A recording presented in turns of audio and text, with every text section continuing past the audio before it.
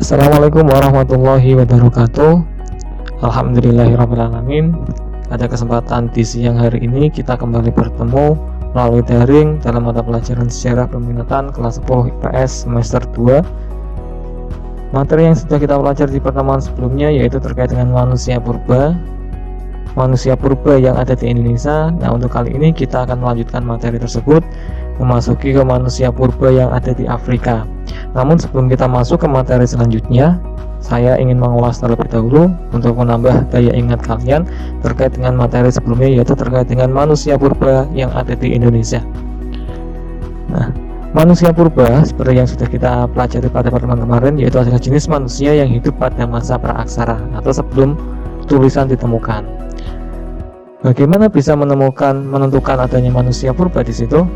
Bisa mengetahui ada kehidupan manusia purba yaitu melalui peninggalan-peninggalan berupa fosil atau tulang belulang yang sudah membatu dan tertanam di bawah lapisan tanah. Melalui fosil itu kita bisa mengetahui bahwasanya ada kehidupan manusia di masa lalu.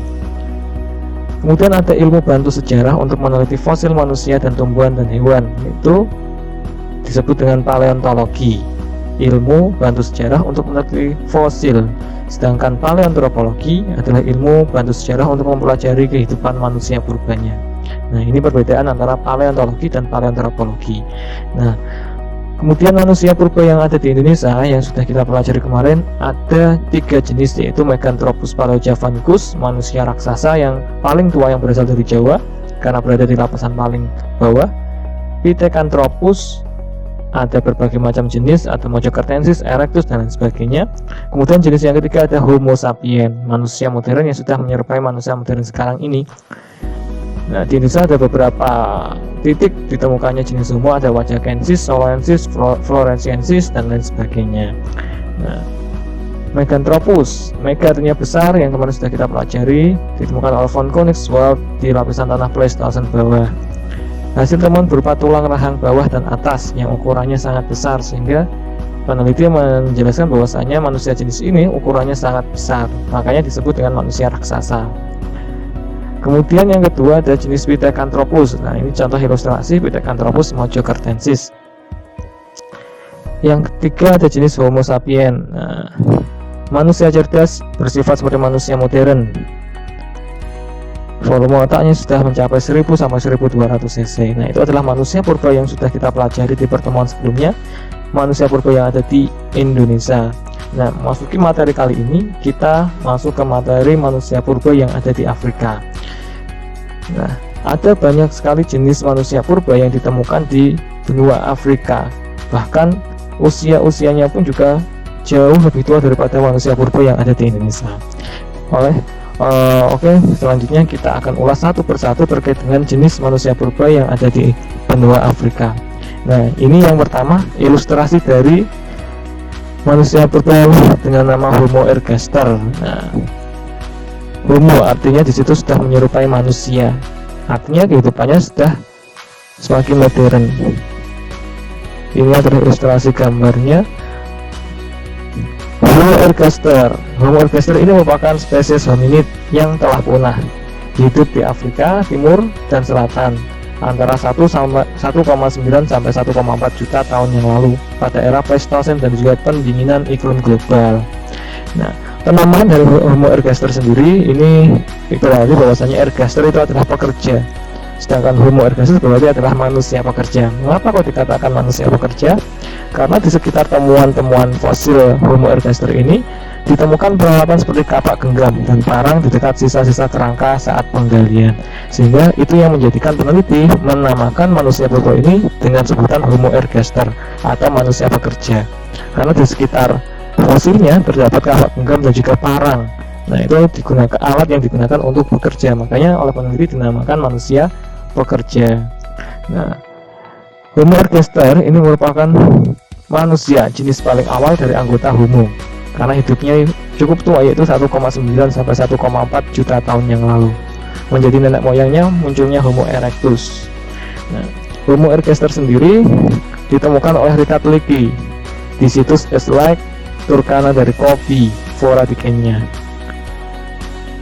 Nah, ini adalah ilustrasi-ilustrasi yang bisa kita lihat terkait dengan Homo ergaster.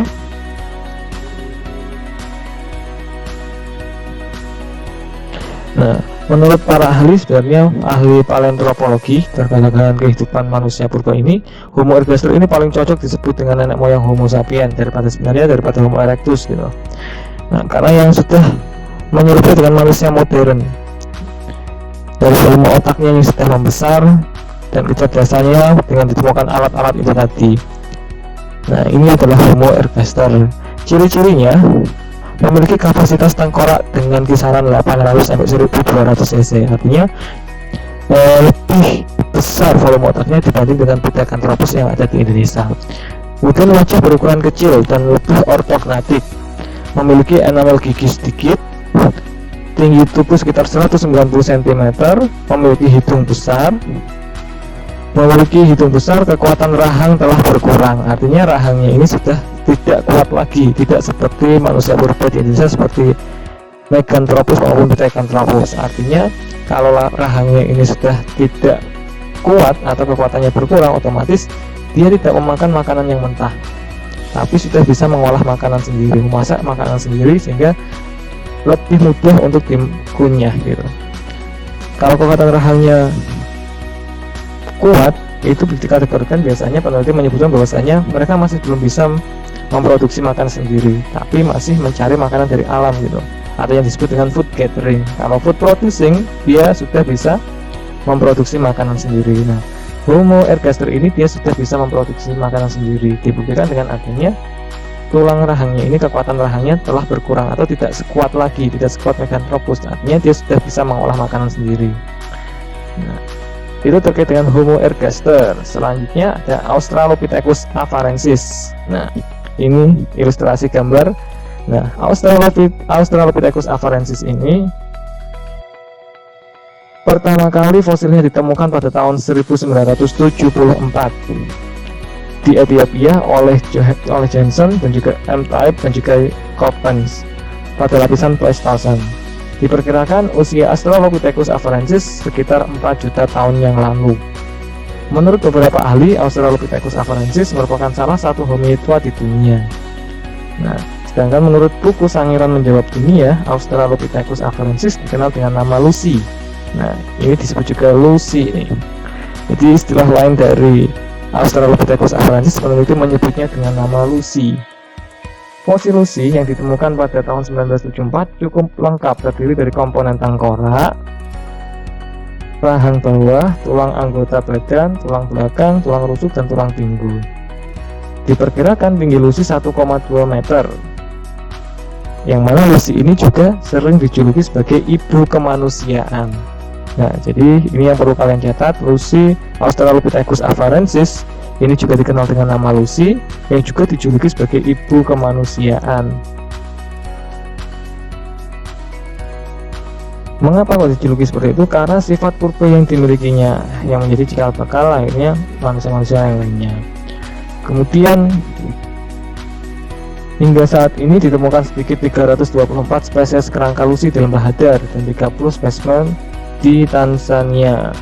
Nah, fosil-fosil temuan yang ditemukan berupa komponen tengkorak ini tadi, rahang bawah, tulang anggota badan, tulang belakang, tulang rusuk, dan tulang pinggul. Kemudian ciri-cirinya, Lucy memiliki ciri-ciri volume otaknya sekitar 380 sampai 500 cc. Hal ini pun hampir sama dengan manusia purba jenis Meganthropus yang ada di Indonesia. Volume otaknya masih kecil, muka besar dan menonjol ke depan, tinggi sekitar 1,2 meter.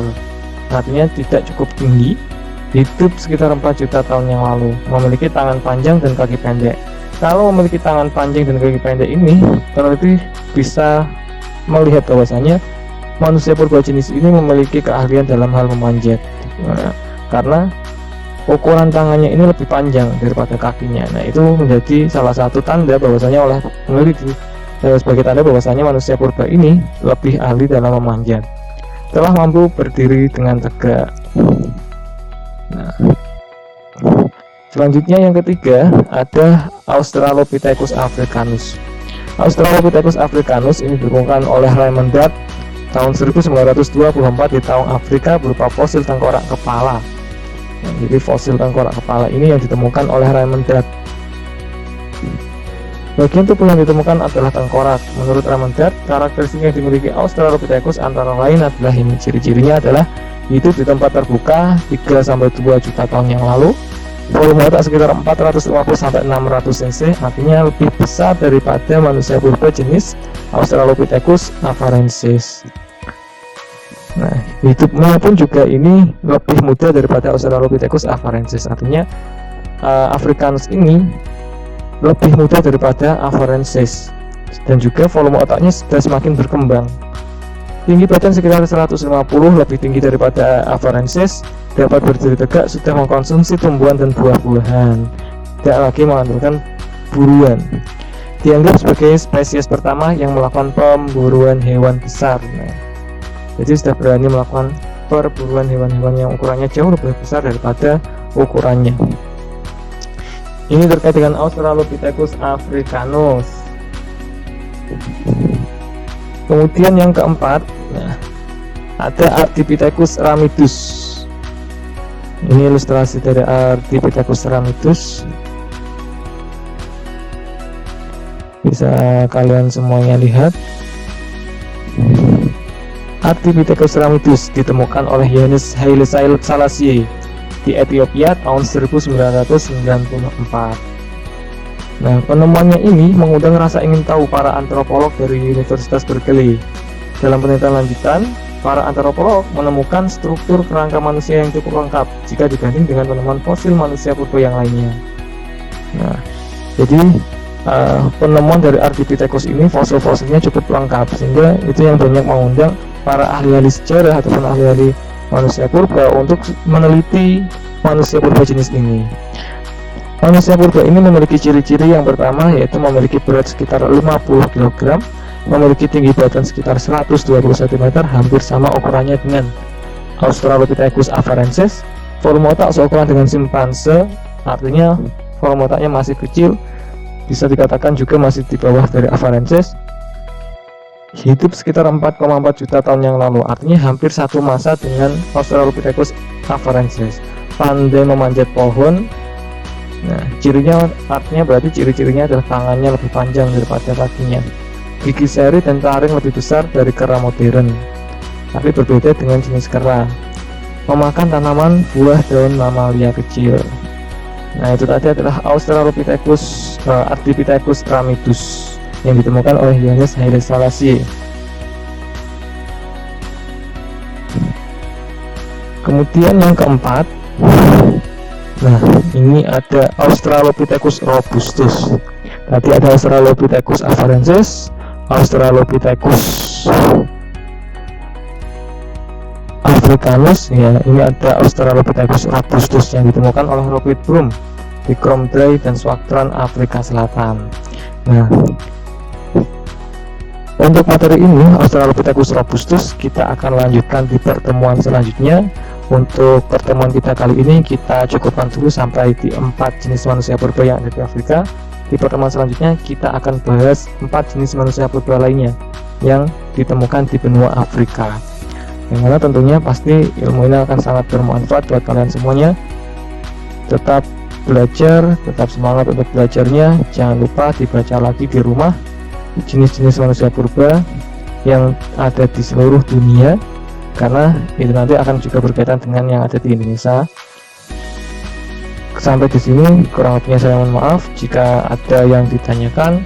Saya harap ada pertanyaan-pertanyaan yang sangat menarik untuk kita diskusikan. Silahkan ditanyakan di kolom komentar, nanti akan saya jawab pertanyaan-pertanyaan kalian melalui kolom komentar yang ada di channel YouTube SMA Negeri 1 Prambon.